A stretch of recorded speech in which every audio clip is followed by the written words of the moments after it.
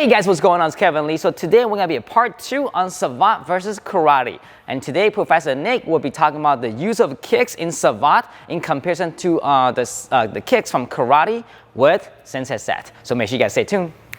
In terms of stance, Professor, we were talking about the stance. Yeah. In Savate, the toes are pointing slightly inwards, almost like the Wing Chun stance, where your toes are aligned together. Yeah. And the reason why is because my toes are closer to the target when it's pointing inwards, like so. And so using the footies, they're definitely in line with the target, like converging to the target. So the same way the punches do. And that's very similar to the karate round kick. Yeah. Using the toe. Yeah. Here, you go ahead and teach the roundhouse. Okay. Foot take. So as we did for the chassé where we turn the foot, so I like the fact that you kind of do some of those steps at the same time, like locking and doing the pivot at the end. Sure. The difference is in the early stage, we teach it a little bit differently where we get in position first. Okay. So getting the pivot, right here. Sure. So turning the foot out in order to bring the hip sideways, and then the knee comes up, and then the hip is sideways, and then you strike here, to the leg, wherever you want. Yeah. However you want to put your foot in function of the distance that you want to use. Sure. So if you want to reach really, really far, then you're going to stretch out and use the toes. And in the body. Yeah, in the body, as well. Okay, you can just, push with the toes, and you can penetrate. The reason why I find it interesting is it's hard to realize when you have the shoes how much penetration you can get.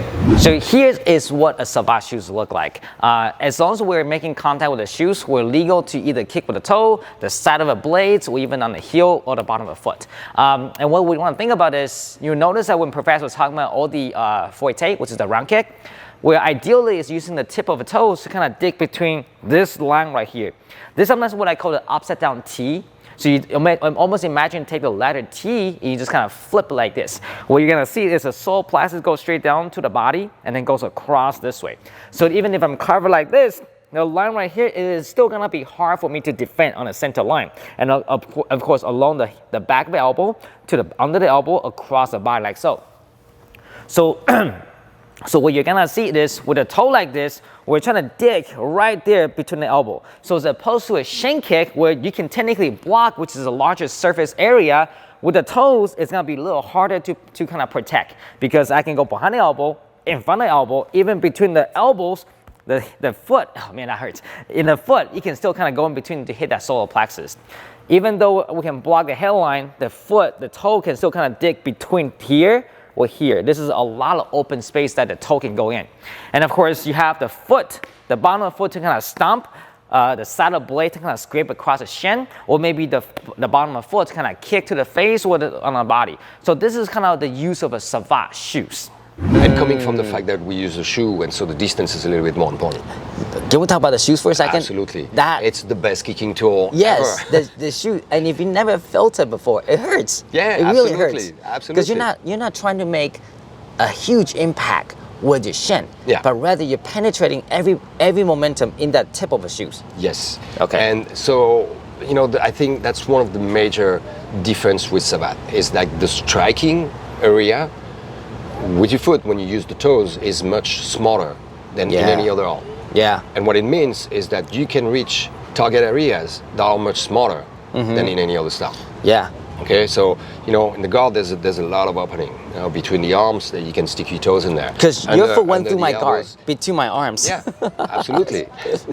If the guard is up there and you have this kind of triangle frame, then that means that the body is open, and it's very hard to close in with those elbows together. Okay, the wider you are, the more distance you have to cover. And even if you cover, your side's open.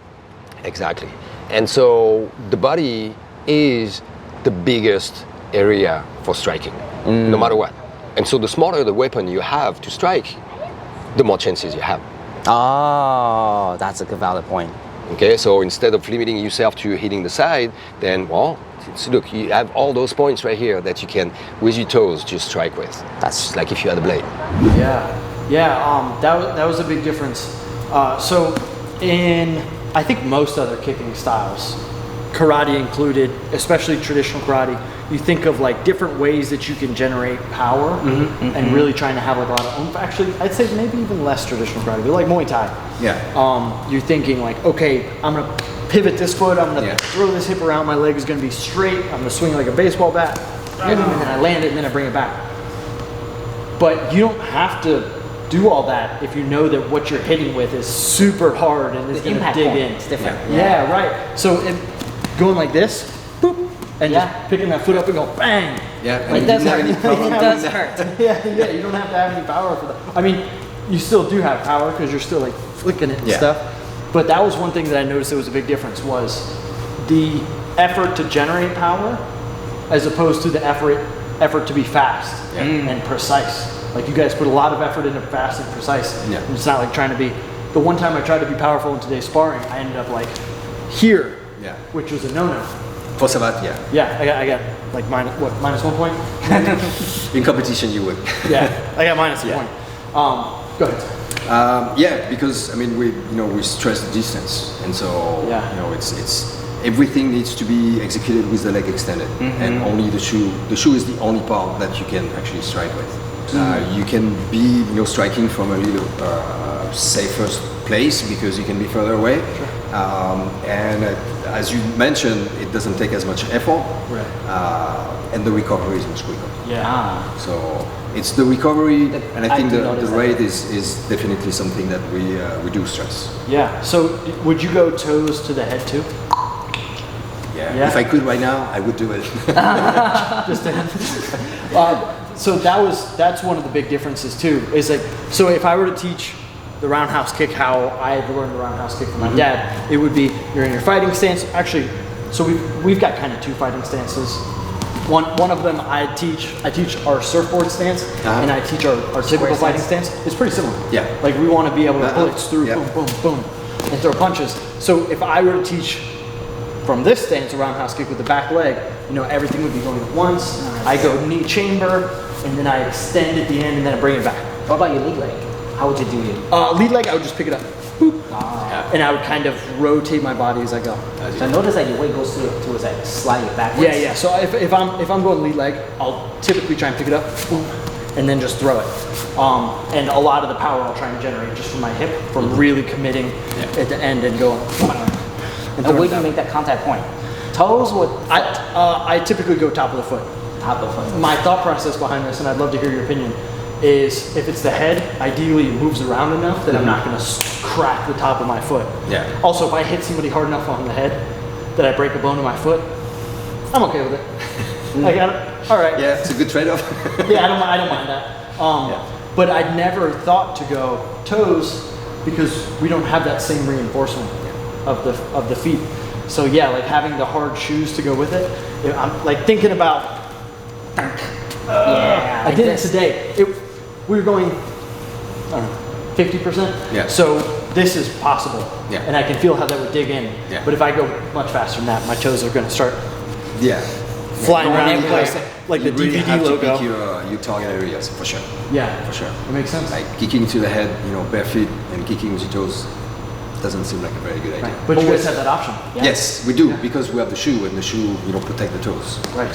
So, I can imagine I think that's interesting because that's the biggest adjustment for Savate fighters when they turn to pro kickboxing federations. Yeah.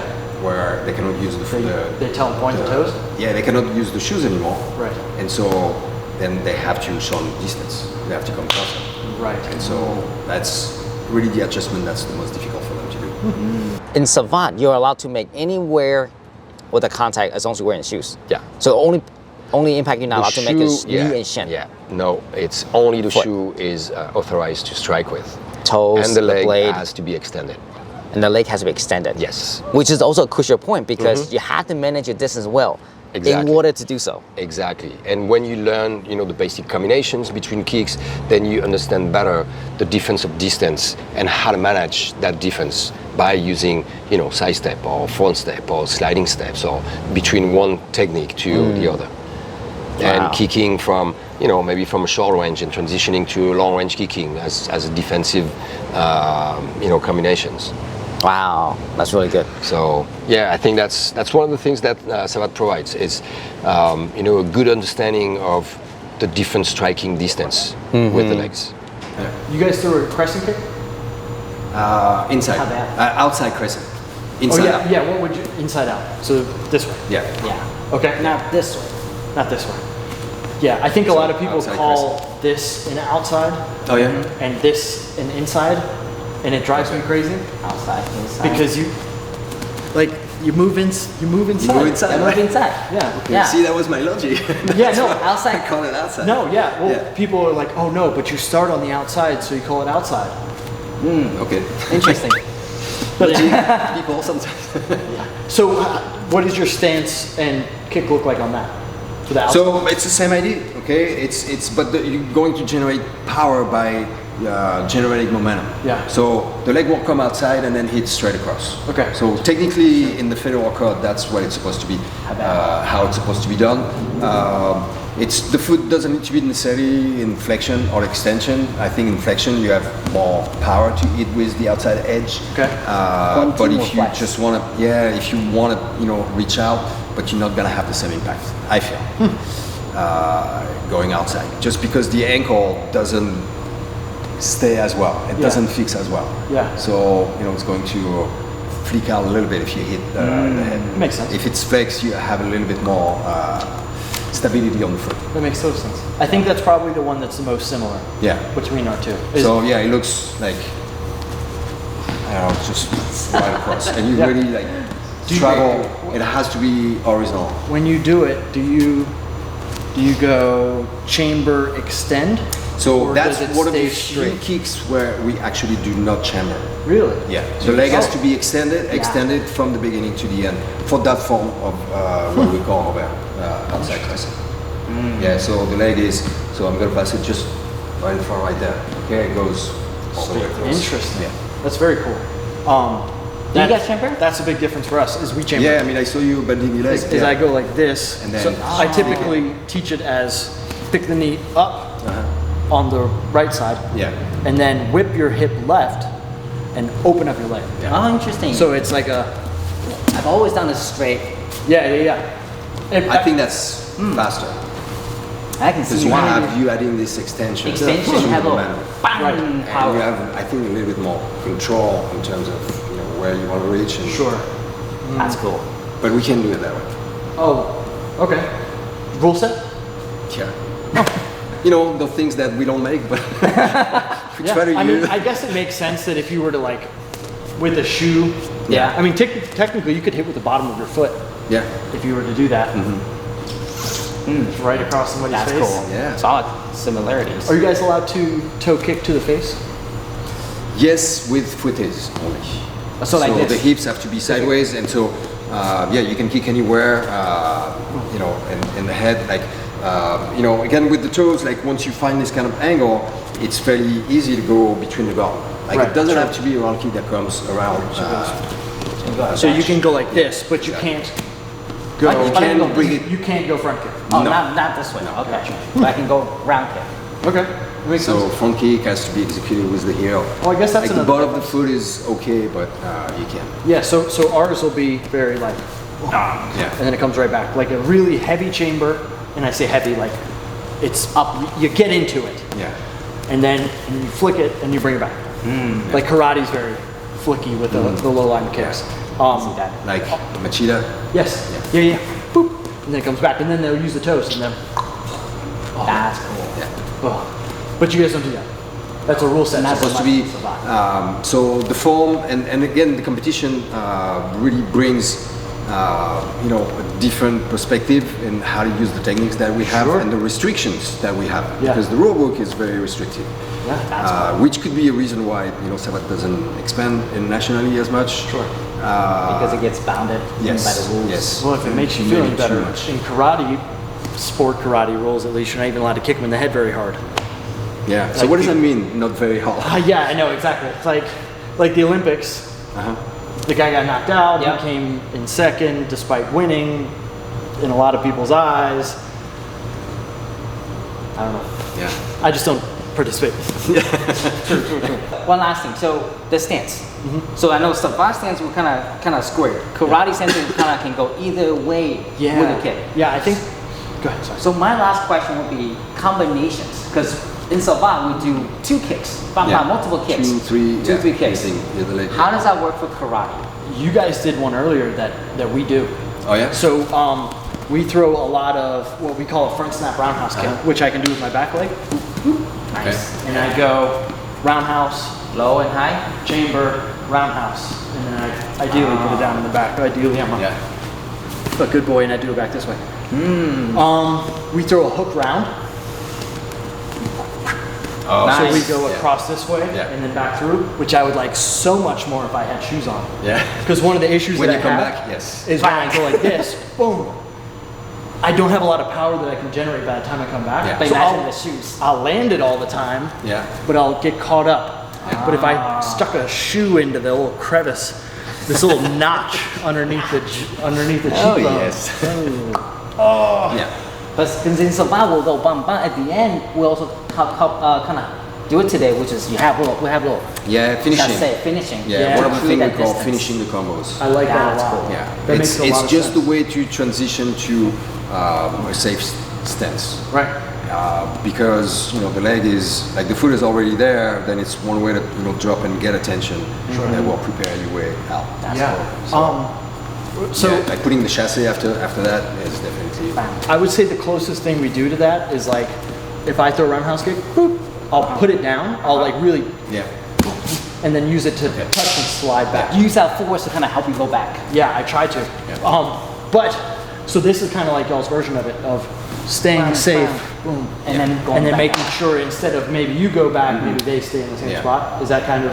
Yes, and so maybe I can add one thing to that is, when you have that leg right here and you have that distance, and if you're pushing for, you just bounce back and you can keep Sure.